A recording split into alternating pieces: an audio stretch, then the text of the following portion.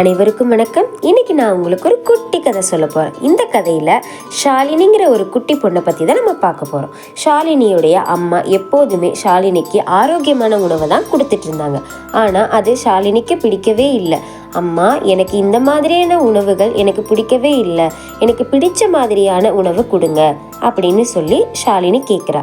உடனே அவங்களுடைய அம்மா, ஷாலு, உனக்கு அம்மா எப்போதுமே ஆரோக்கியமான உணவை தான் கொடுத்துட்ருக்கேன், அது உனக்கு இப்போ புரியாது, போக போக உனக்கே புரியும் அப்படின்னு சொல்லி அவளுடைய அம்மா சொல்கிறாங்க.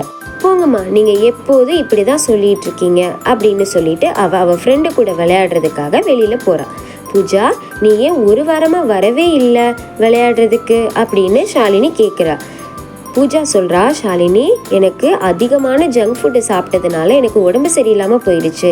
டாக்டர் சொன்னாங்க ஜங்க் ஃபுட்டை அதிகமாக எடுத்துக்க கூடாது அப்படின்னு. அதுக்கப்புறம் தான் அவளுக்கு தெரிய வந்தது நம்மளுடைய அம்மா நமக்கு நல்ல விதமான உணவை தான் கொடுத்துருக்காங்க அப்படின்னு அவளுக்கு தெரிய வந்தது.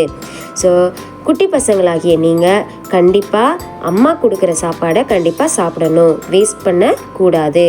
இந்த கதை பிடிச்சிருந்ததுன்னா மறக்காமல் இந்த சேனலை சப்ஸ்கிரைப் பண்ணிக்கோங்க. தேங்க்யூ.